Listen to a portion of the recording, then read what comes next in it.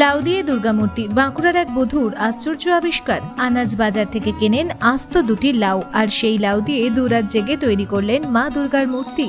লাউ দিয়ে মা দুর্গা বানিয়ে তাক লাগালেন বাঁকুড়া শহরের গৃহবধূ চৈতালি দাস। পেশায় মেকআপ আর্টিস্ট চৈতালি প্রতি বছর দুর্গাপুজোর আগে নতুনত্ব কিছু করে থাকেন। হঠাৎ বাজারে গিয়ে আনাজের মূল্যবৃদ্ধি দেখে লাউ দিয়ে দুর্গা মূর্তি বানানোর সিদ্ধান্ত নেন তিনি। একটি লাউ দিয়ে মাথা এবং অপর একটি লাউ দিয়ে দেহ বানিয়ে মা দুর্গার অপূর্ব রূপ ফুটিয়ে তুলেছেন চৈতালি। পরনে পরিয়েছেন গয়না, সেই গয়নাগুলিও নিজের হাতেই তৈরি করেছেন তিনি। চৈতালি বিশ্বাস বলেন, প্রতি বছর নতুনত্ব কিছু করে থাকি। এবছরে সেই কারণে মা দুর্গার মূর্তি তৈরি করলাম, বেছে নিলাম লাউ।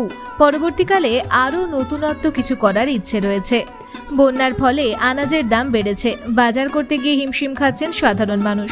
পুজোর আগে যেন গোড়া থেকে নড়ে উঠেছে বাঙালি মধ্যবিত্তের অর্থনৈতিক অবস্থা।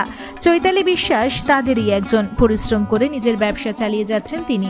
ব্যবসার পাশাপাশি প্রতিদিন বাজার করতেও যান চৈতালি। বাজারে গিয়ে দুর্মূল্যের শিকার তিনিও, এবং সেই কারণেই সবজির মধ্যে মা দুর্গাকে ফুটিয়ে তোলার ইচ্ছে প্রকাশ করেন বাঁকুড়ার গৃহবধূ। এক্ষেত্রে মহিষাসুর মূল্য বৃদ্ধি। গৃহবধূ চৈতালি বিশ্বাস বলেন, আমি যে নতুনত্ব শিল্পকর্ম করে থাকি তার জন্য আমাকে উৎসাহ দেন আমার পরিবার থেকে প্রতিবেশী সকলেই। তাদের উৎসাহ পেয়ে আমি উদ্বুদ্ধ হই। দুর্গাপুজোর সামনে, পুজোর আগে মন ভালো নেই বাঙালির। বন্যার কবলে রাঢ় বাংলা, বন্যার কবলে জেলা বাঁকুড়ার একাংশও।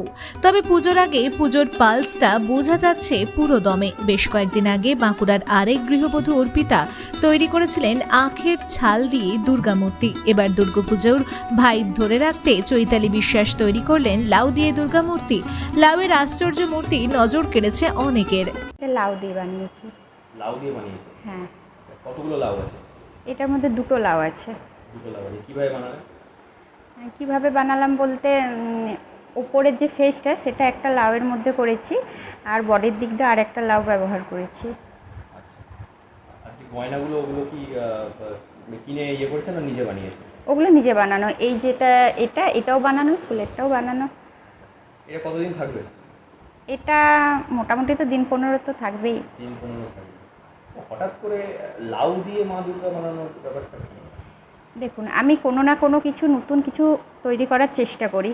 যে ফাঁকা যে টাইমে থাকে সেই টাইমে মেয়েদেরকে উৎসাহ দেওয়ার জন্যই, যে ফাঁকা টাইমে বসে থেকে সময় নষ্ট না করে এখনের দিনের যা সময়ের মূল্য সেই সময়টাকে ব্যবহার করার জন্য নিজের মতোভাবে যাতে প্রতিটা মেয়ে কিছু না কিছু তৈরি করতে পারে।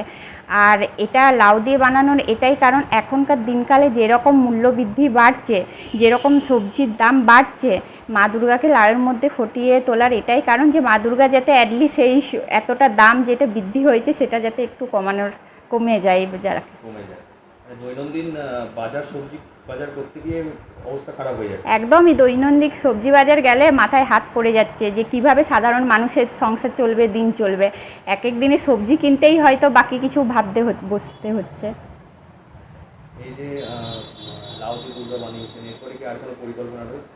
হ্যাঁ, অবশ্যই আরেকটা আমার পরিকল্পনা আছে, সেটা হয়তো পরে আবার বলবো। তো তার সাথে হালকা টাচ আপ দিয়ে রাখি। এই যে লাউ দিয়ে বানালাম বা এর আগে আলু দিয়ে বানিয়েছি, এই প্রতিটা কিছুই কিন্তু আমাকে আমার বাড়িতে, আমি যেহেতু বাড়ি সাজাতে খুব পছন্দ করি, সেই হিসাবে আমি বাড়িতে কিন্তু কোনোটাই রাখতে পারছি না। এটা বানাতে আমার রাত্রিবেলায় খুব মন খারাপ লাগছিল যে আমি এটা বানাচ্ছি, এটা 15 দিন বাদে হলেও তো আমাকে জলে দিয়ে দিতে হবে। এই জন্য নেক্সট আমার ইচ্ছে আছে যে এমন কিছুর ওপর বানাবো যেটা আমি বাড়িতে সারা বছর রেখে দিতে পারি। মানুষ, পরিবারের লোকজন, প্রতিবেশী কতটা অবাক হচ্ছে?